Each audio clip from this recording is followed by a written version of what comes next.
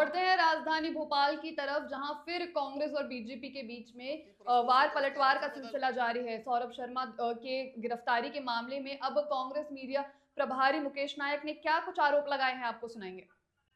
पहला विषय है गौरव शर्मा की गिरफ्तारी को लेकर। सौरभ शर्मा ही बोला है। सौरभ शर्मा की गिरफ्तारी को लेकर जो 41 दिन बाद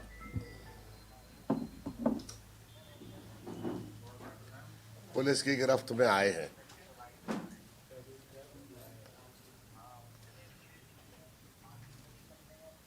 कई माध्यमों से ऐसी खबरें सुनाई देती रहीं कि वो 23 दिसंबर को दुबई से भारत आ गए थे। 23 दिसंबर को भारत आकर उन्होंने अपनी गिरफ्तारी से पहले पूरी भूमिका तैयार की और भोपाल भी वो गिरफ्तार होने के 2 दिन पहले आ चुके थे।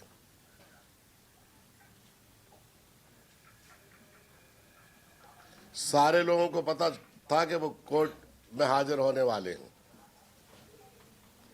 लेकिन जब कोर्ट से निकलने लगे तब लोकायुक्त की पुलिस ने उनको अरेस्ट किया। ऐसी खबरें आ रही हैं चेतन सिंह गौर, जिसकी गाड़ी में 52 किलो सोना मिला था,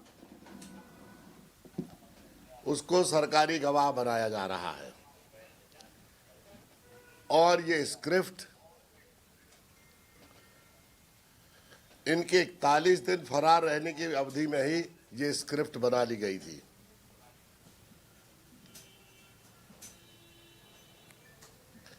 मुझे एक बात समझ में नहीं आती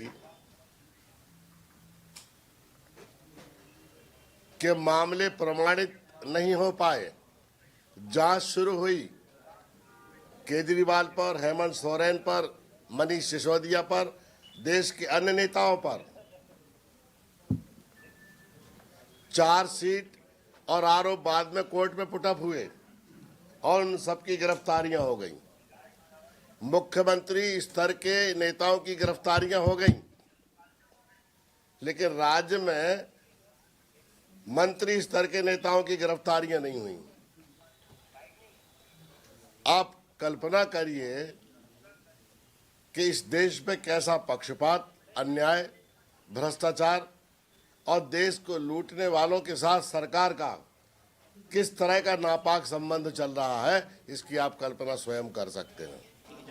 मैं तो केवल ये पूछना चाहता हूँ, भाई साहब, आप सब लोग जानते हैं, चाहे ईडी हो, एसआईटी हो, सीबीआई हो, लोकायुक्त हो, आर्थिक अपराध अनुसंधान विभाग हो, आप सब लोग इस बात को जानते हैं कि ये एजेंसियां किस तरह से काम कर रही हैं।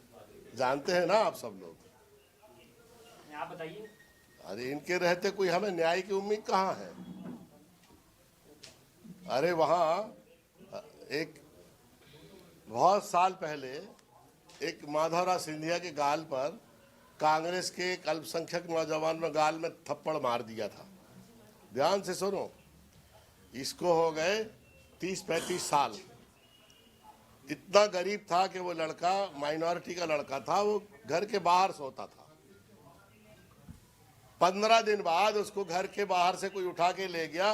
35 साल हो गए, आज तक पता नहीं है कहाँ गया। तो गरीब आदमी की हत्या कर दो, गरीब आदमी को जेल भेज दो, गरीब आदमी को प्रताड़ित करो। जिस देश में नियम संचालन और प्रक्रिया, कानून और संविधान लोगों का विशेष अधिकार हो जाए, तो उस देश में क्या न्याय की उम्मीद करोगे आप? यानी कि सर, सुप्रीम कोर्ट ने जो एसआईटी गठित की उस पर आपको भरोसा नहीं है? बेईमानी की एसआईटी ने, और एसआईटी को ज्योतिरादित्य सिंधिया ने मैनिपुलेट किया। मैं ज्योतिरादित्य सिंधिया पर आरोप लगाता हूं कि उन्होंने गोविंद राजपूत को बचाने के लिए ये पाप किया। देखिए, सबसे प्राथमिक चीज़ ये है कि मध्य प्रदेश की भारतीय जनता पार्टी की सरकार ने पूरी कर्तव्य परायणता के साथ लगातार भ्रष्टाचार पे कार्रवाई करने का काम किया है। इसमें जो भी तथ्य जांच में सामने आए हैं, जिस प्रकार से पूरी जांच प्रक्रिया को आगे बढ़ाया गया, वो तमाम चीज़ें प्रदेश की जनता के सामने पारदर्शी तरीके से रखी गई हैं। जनता जानती है कि भ्रष्टाचार के ऊपर कार्रवाई करने का काम अगर कोई पार्टी करती है, कोई नेता करता है, तो मध्य प्रदेश की मुख्यमंत्री मोहन यादव जी के नेतृत्व की सरकार है। और इस पूरे प्रकरण में जो कांग्रेस सिर्फ और सिर्फ गठफेलिया कर रही है, उसको यह समझना चाहिए कि कांग्रेस पार्टी ने इस पूरे प्रकरण में सौरभ शर्मा के प्रवक्ता की भूमिका निभाई है। जहां भारतीय जनता पार्टी की सरकार ने जो भी दोषी थे उनको हिरासत में लिया, उनसे पूछताछ की, उनके ठिकानों पर दाबिश दी, जो कैश अमाउंट था, जो संपत्ति का क्रय विक्रय किया गया था, उन तमाम चीज़ों को कहीं ना कहीं संज्ञान में लिया। वहीं कांग्रेस पार्टी सिर्फ और सिर्फ उसमें जो दोषी थे उनको बचाने के लिए इस प्रकार से जांच प्रक्रिया को डिरेल करने के लिए प्रयासरत रही। और यह तमाम चीज़ें अब जनता के सामने भी है। मध्य प्रदेश की सरकार पूरी निष्पक्षता और न्यायप्रियता के साथ इसमें कार्रवाई करने का काम कर रही है। कह रही है कि केंद्र में चाहे केजरीवाल हो चाहे सिसोदिया हो, जब इस तरह के मामले आते तो तत्काल एक्शन लिया जाता है, लेकिन राज्य में क्यों नहीं लिया जाता? देखिए, केंद्र में स्पष्ट तौर पर मनी ट्रेल स्थापित हुई थी, और अगर कहीं पर भी अभी भी मनी ट्रेल के सबूत और साक्ष्य कांग्रेस के पास हैं तो ला करके दे। सिर्फ और सिर्फ किसी की राजनीतिक जो एक गरिमा है उसको हानि पहुंचाने के उद्देश्य से इस प्रकार की बयानबाजी से कांग्रेस को बचना चाहिए। अगर कांग्रेस इतनी विश्वस्त है, कांग्रेस के पास इतने पुख्ता साक्ष्य हैं, तो कांग्रेस को ला करके जांच एजेंसियों को उनको सौंपना चाहिए। लेकिन कांग्रेस पार्टी भ्रष्टाचार के खिलाफ जो कार्रवाई देख रही है, उससे कहीं ना कहीं कांग्रेस के तमाम नेताओं के भीतर एक भय का वातावरण है, और उसी कारण से वह लोग इस प्रकार की बातचीत करके पूरी जांच प्रक्रिया को कहीं ना कहीं दूसरे दिशा की ओर मोड़ना चाहते हैं। स्वाभाविक तौर पर ऐसा होने नहीं जा रहा। मध्य प्रदेश की सरकार पूरी तरीके से सजग है और लगातार कठोर कार्रवाई करने का काम कर रही है। सीएम जापान जाते हैं और इधर सौरभ जी की गिरफ्तारी करते हैं, ऐसा कहना है कांग्रेस का। कैसा इस टाइम को कैसे देखते? देखिए, मध्य प्रदेश में प्रशासनिक व्यवस्था के माननीय मुख्यमंत्री जी मुखिया हैं। उनके दिशा निर्देश अनुसार, उनकी मंशा के अनुरूप पूरी राज्य की कार्य व्यवस्था कार्य करती है। तो स्वाभाविक तौर पर उनकी उपस्थिति अनुपस्थिति होने से ज़्यादा महत्व नहीं है, क्योंकि उन्होंने एक ऐसी व्यवस्था स्थापित की है जो लगातार गतिशीलता के साथ काम करती है।